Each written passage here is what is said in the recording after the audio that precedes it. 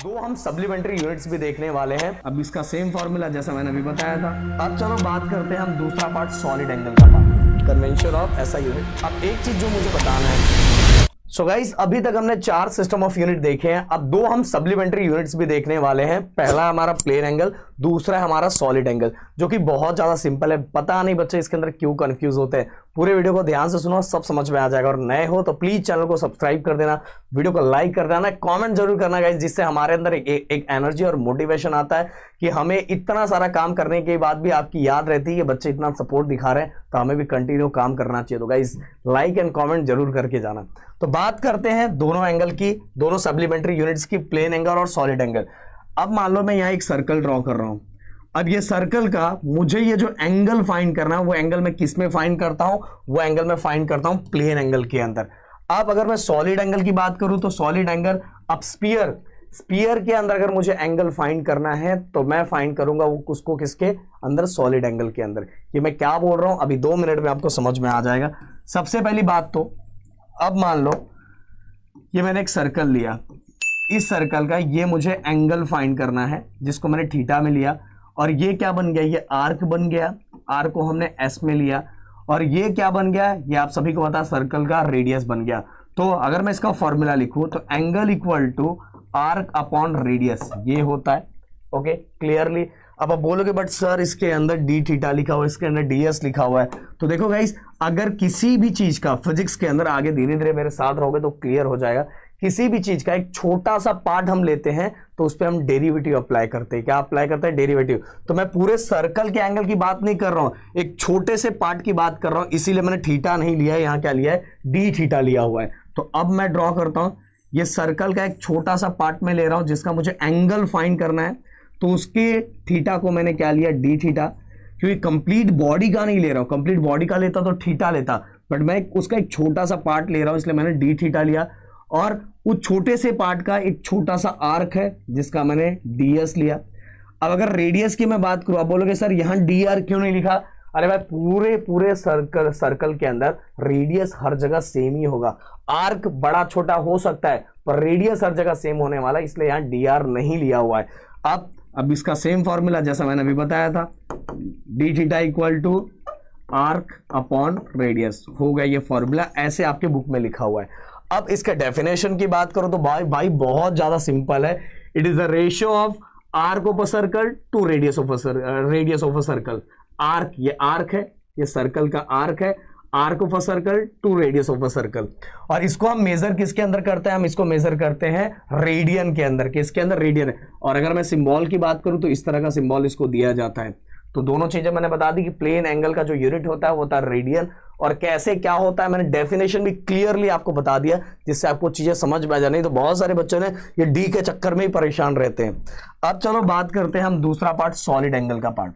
Solid angle का part मुझे बताने के लिए आपको ये बताना पड़ेगा, मान लो ये स्फीयर, अब इसके अंदर तो मैं ये अभी जहां ड्रॉ कर रहा हूं वहां तो मैं आपको 3D दिखा नहीं सकता, बट आप समझ सकते हो कि स्फीयर, अब स्फीयर का ऐसे मैं बना दूं, उसमें से मैंने ऐसा पार्ट कट करके बाहर निकाला, ऐसा पार्ट कट करके मैंने क्या किया? बाहर निकाला। भारी बन गया, अच्छा बन गया। ऐसा पार्ट कट करके मैंने बाहर निकाला, तो ये ऊपर वाला सरफेस और ये वाला जो यहां वाला जो पार्ट है, इसका जो मुझे एंगल फाइंड करना है वही हमारा है सॉलिड एंगल। वही पार्ट हमारा क्या है? Solid angle. समझ में आया? प्लस स्फीयर में से एक पार्ट मैंने कट करके निकाला, ये ऊपर का सरफेस जिसको आपको क्लियरली यहां दिख रहा है, ये ऊपर का सरफेस। और ये जो एंगल है, यही एंगल मुझे क्या करना है? यही एंगल मुझे क्या करना है? फाइंड करना है। तो यही हमारा एंगल कौन सा है? Solid angle. किसका? स्फीयर का। अब डी के तो बारे में मैंने बताया है कि अगर मैं कंप्लीट बॉडी की बात करता तो मैं यहां जो साइन यूज करता वो ओमेगा बस यूज करता सॉलिड एंगल के लिए, और उसका फॉर्मूला हो जाता ये हमारा surface, portion of a surface to हमारा रेडियस, ये हमारा फॉर्मूला हो जाता। बट गाइस यहां हम एक पूरे बॉडी की बात नहीं कर रहे, उस बॉडी में से एक छोटे से एंगल की बात कर रहे हैं, इसलिए हम यहाँ डेरिवेटिव इसमें यूज करेंगे, डेरिवेटिव अप्लाई करेंगे। इसलिए फॉर्मूला क्या हो जाएगा? देखो ये हो जाएगा, solid angle is defined as area of portion of a surface, मतलब area of a surface to square of a radius of the sphere. Okay, area of a surface to square of a radius. और यही हमारा क्या है, solid angle. और इस sign को generally बहुत सारे बच्चे 10th स्टैंडर्ड के बच्चे जो अभी आए होंगे वो क्या बोलेंगे, ओहम्स बोलेंगे। ओहम्स नहीं है भाई, ये ओमेगा है। ये क्या है, ओमेगा। क्योंकि हम जब 10th में से आते हैं ना तो हमें पुरानी चीजें याद रहती है, पर यहाँ क्या यूज होगा, इसको क्या बोलते हैं, ओमेगा बोलते हैं। और डेफिनेशन भी मैंने बता दिया, area of a portion of a surface of a sphere to square of radius of the sphere. Okay, और ये क्या है वैसा भी मैंने क्लियर कर दिया कि स्फीयर का एक पार्ट निकाला गया है, और ये जो पार्ट निकाला गया है और यहां जो एंगल है, ये एंगल मुझे फाइंड करना है, और इसी को मैं क्या बोलता हूं, सॉलिड एंगल। क्लियर। अब चलते हैं आगे, आगे कुछ और पॉइंट्स जिसको हम थोड़ा और बड़ा कर देते हैं। तो भाई बड़ा हो जाओ, ये क्या हो रहे हो, अच्छा हो गए। अब एक एक पॉइंट, इसके अंदर बहुत सारी चीजें आपको नया देखने को मिलेगा, जो मैं थोड़ा इसको और ऊपर कर दूं। हाँ, कन्वेंशन ऑफ ऐसा यूनिट, कन्वेंशन ऑफ ऐसा यूनिट। पहला, unit of every physical quantity should be represented by it's symbol. Physical quantity मतलब बताया था, जो मेजरेबल क्वांटिटीज होती है उनको क्या बोलते हैं, फिजिकल क्वांटिटी। तो फिजिकल क्वांटिटी के जितने भी यूनिट्स है हम उसको किस में रिप्रेजेंट कर सकते हैं, सिंबल में रिप्रेजेंट कर सकते हैं। जैसे फोर्स का यूनिट क्या होता है, फोर्स का यूनिट न्यूटन होता है, और न्यूटन को इसके सिंबल में हम डिनोट करते हैं कैपिटल एन से। सही बात है। तो पहला रूल हमें पता चल गया। इसके अंदर कुछ नया रूल है जो आपको बहुत मजेदार लगेगा और बहुत अच्छा लगेगा। और पहले प्लीज कमेंट में लिख के मुझे बताना कि कौन से ऐसे स्टूडेंट जिनको ये चीज उनको बहुत अच्छा लगा और फर्स्ट टाइम ये चीज पता चला। और ज्यादातर बच्चों को फर्स्ट टाइम ही पता चलेगा यार। Full name of a unit always starts with smaller letter even if the name of person. ये आप ध्यान रखना। अगर मैं इंग्लिश में किसी का नाम आपको लिखने के लिए बोलूं, जनरली अगर मैं मेरा नाम बोलूं आपको लिखने के लिए, तो आप सबसे पहले स्टार्टिंग वाला लेटर कैपिटल लिखोगे, PRADW, ऐसे लिखोगे ना, ऐसे लिखोगे। अगर मैं वही आपको बोलूं न्यूटन, मतलब फोर्स का यूनिट लिखो और फुल फॉर्म में लिखो। क्या बोल रहा हूं मैं, फोर्स का यूनिट लिखो और फुल फॉर्म में लिखो, तो आपके दिमाग में पहला आएगा यार ये न्यूटन तो किसी पर्सन का नाम है, तो मुझे ऐसा लिखना चाहिए। तो भाई ये आप रॉन्ग हो जाओगे। अगर आप यूनिट को फुल फॉर्म में लिख रहे हो, फुल फॉर्म ध्यान से सुनना, अगर यूनिट को फुल फॉर्म में लिख रहे हो, अगर वो पर्सन का नाम है, फिर भी आपको स्टार्टिंग लेटर स्मॉलर में ही लिखना है। ये बात याद रखना है। ये कुछ नया आपको पता चल गया समझ में। अगर यूनिट को फुल फॉर्म में लिख रहे हो तो उसका स्टार्टिंग जो पहला लेटर होता है, इवन पर्सन का भी हो तो भी उसका पहला लेटर किस में लिखना है, स्मॉल में लिखना, नहीं तो वो आपका रॉन्ग हो जाएगा रूल वाइज। अब दूसरा, do not use plural form for the symbol of a unit. सही बात है। अगर मान लो टोटल 3 फोर्स दिए हुए, 3 फोर्स दिए हुए, तो हम क्या एस थोड़ी लगाते हैं, प्लूरल फॉर्म में थोड़ी लिखते हैं, ऐसा नहीं लिखते हम। डायरेक्ट क्या लिखेंगे, अगर 3 यूनिट है, 3 न्यूटन है, तो हम 3 न्यूटन लिखेंगे। ओके, वहां उसको प्लूरल फॉर्म में लिखने की जरूरत नहीं होती। अगर लिख रहे हो तो भाई गड़बड़ है सिस्टम में। अब दूसरा, आगे वाला, अगला, the unit of 2 physical quantity in numerator and denominator be written as a 1 ratio. इसका मतलब क्या है, देखो, the unit of 2 physical quantities in numerator and denominator be written as a 1 ratio. इसका मतलब जैसे एक्सेलरेशन, ये वाले की बात करूं, 4th वाले का एक्सेलरेशन, अगर मैं यूनिट की बात करूं तो एक्सेलरेशन का जो यूनिट होता है वो क्या होता है, नहीं पहले ऐसे बताता हूं मैं। एक्सेलरेशन का जो फॉर्मूला होता है वो क्या होता है, वेलोसिटी अपॉन टाइम, ये होता है वेलोसिटी अपॉन टाइम। और वेलोसिटी का यूनिट क्या होता है, मीटर पर सेकेंड, और टाइम का क्या होता है, पर सेकेंड। तो अगर आप ये देखो, मीटर पर सेकेंड, ये एक रेशियो आ गया, मीटर पर सेकेंड, अगर इस तरह के 2 रेशियो में बना के लिख रहे हो तो भाई वो इनकरेक्ट है। आपको इसको एक रेशियो में रखना पड़ेगा, वो क्या हो जाएगा, मीटर पर सेकेंड स्क्वायर। ऐसा आप लिखोगे मीटर पर सेकेंड, तो ये आपका रॉन्ग हो जाएगा। ये भी सोचो एक रूल में आता है, एक रूल में आता है। अगर इस तरह से आप कहीं लिख के दिखाते हो कि मीटर पर सेकेंड, तो भाई वो आपका क्या हो जाएगा, रॉन्ग हो जाएगा। उसको आपको क्या लिखना पड़ेगा, मीटर पर सेकेंड स्क्वायर, मतलब न्यूमरेटर एंड डिनोमिनेटर को एक ही रेशियो के अंदर लिखना है, नहीं तो वो सिस्टम आपका रॉन्ग हो जाएगा। आगे, do not give full stop after a symbol of unit.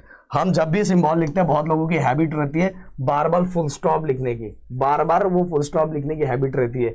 तो क्या करते हैं पता, ऐसा लिखा, ऐसा लिखा, ऐसा कर दिया, ऐसा लिखा और ऐसा डॉट मार दिया, तो गलत है। ओके, ऐसा जूल लिखा और ऐसा डॉट मार दिया, गलत।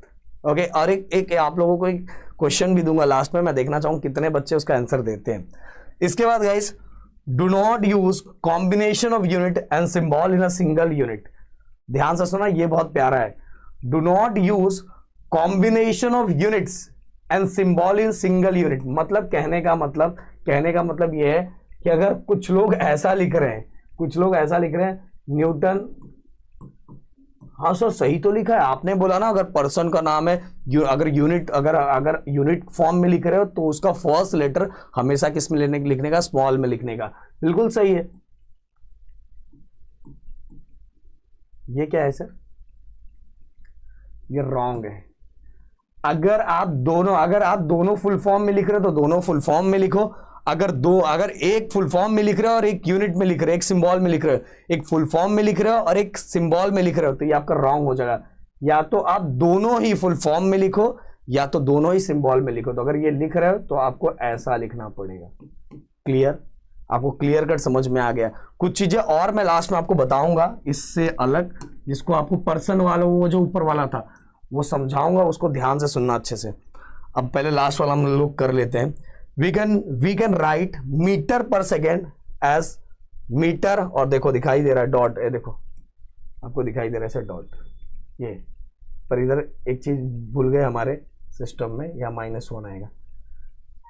अगर हम लिख रहे मीटर पर सेकेंड, अगर हम ये पास में ऐसे करके डायरेक्ट लिख देते हैं, ऐसे करके लिख देते हैं, तो इसका मीनिंग चेंज हो जाता है। इसीलिए या तो उसको गैप करके लिखो, या तो बीच में इस तरह से। बट अगर आप पास में ऐसा कर देते हो, ऐसा, आप सोचोगे सही है, नहीं भाई बिल्कुल गलत है, रूल वाइज ये रॉन्ग है। या तो बीच में गैप दे दो, या तो डायरेक्ट ऐसे लिख दो, मीटर पर सेकेंड ऐसा लिख दो। बट अगर आप पास में लिखते हो तो उसका एक मीनिंग चेंज हो जाता है। समझ में आ रहा है? तो सब चीजें मैंने बता दी। अब एक चीज जो मुझे बताना है, जैसे मैंने आप सभी को बताया था कि अगर पर्सन का नाम है तो भी यूनिट में लिखने के टाइम, जब हम यूनिट लिखते हैं तो उसका फर्स्ट लेटर हमेशा स्मॉल लिखने का। बट अगर मैं सिंबल में लिख रहा हूं तो आप देखो न्यूटन को मैं हमेशा कैपिटल ही लिखता हूं। ये बात याद रखना, जब मैं सिंबल में लिख रहा हूं तो न्यूटन को हमेशा किस में लिख रहा हूं, कैपिटल में ही लिख रहा हूं। अगर आप मुझसे लेंथ का यूनिट पूछते हो, तो लेंथ का यूनिट क्या होता है, मीटर, और मीटर किसी का नाम थोड़ी है, इसलिए हम उसको किस में लिखते हैं, स्मॉल में लिखते हैं। सही बात है।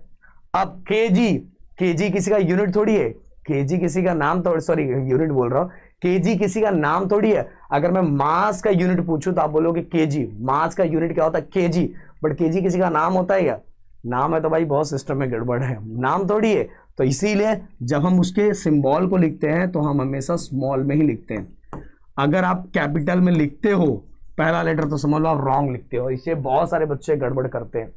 जब भी केजी लिखते हैं तो पहला लेटर कैपिटल और दूसरा लेटर स्मॉल लिखते हैं। समझ में आया? तो एक चीज और समझ में आएगा कि हमेशा याद रखो कि कभी भी अगर आप सिंबल में लिख रहे हो, अगर वो पर्सन का नाम है तो कैपिटल में लिखना है।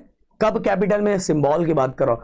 जब सिंबल में लिख रहे हो तो पर्सन का नाम है तो कैपिटल में लिखना। उसके बाद जितना भी है, अगर वो पर्सन का नाम नहीं है तो सब किस में लिखना है, स्मॉल लेटर में लिखना है। किस में लिखना है? स्मॉल लेटर में।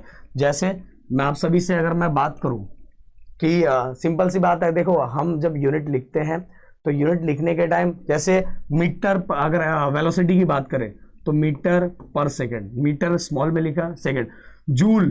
जूल अगर हम सिंबल में लिखेंगे तो कैपिटल जे लिखेंगे।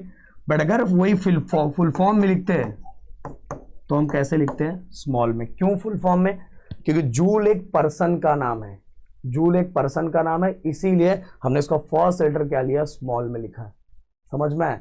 तो इससे एक चीज समझ में आ गई कि जब भी हम फुल फॉर्म में लिखते हैं तो हमें सब कुछ हर बार फुल फॉर्म में लिखने टाइम हर बार स्मॉल में ही लिखना है। बट किस पे ज्यादा ध्यान देना है? जब हम क्या लिख रहे हैं, सिंबल लिख रहे हैं। सिंबल के अंदर अगर किसी पर्सन का नाम है तो कैपिटल में सिंबल देना है। बट अगर पर्सन का नाम नहीं है तो वो भी बाकी किस में रहेगा, स्मॉल में रहेगा। तो इतनी चीजें मैंने क्लियर कर दी और बाकी चीजें मुझे लगता है आपको समझ में आ गई होगी। और एक होमवर्क तो देना था ये जूल का ही, बट मैंने चलो आपको बता दिया। बट एक चीज जरूर मुझे बता दो, चलो मोमेंटम का यूनिट क्या होता है? कमेंट में लिख के मुझे जरूर बताना, मैं देखना चाहूँ कितने बच्चे मोमेंटम का यूनिट लिखते हैं। और दूसरी बात गाइस, जितना हो सके वीडियोस ग्रुप में शेयर करो, लोगों तक पहुंचाओ, लोगों तक पहुंचाओगे तो हमारे अंदर एक मोटिवेशन आएगा और बहुत सारी चीजें हम आप तक लाते रहेंगे। तो मिलते हैं नेक्स्ट वीडियो में। Thank you so much guys, जय हिंद एंड जय महाराष्ट्र दोस्तों।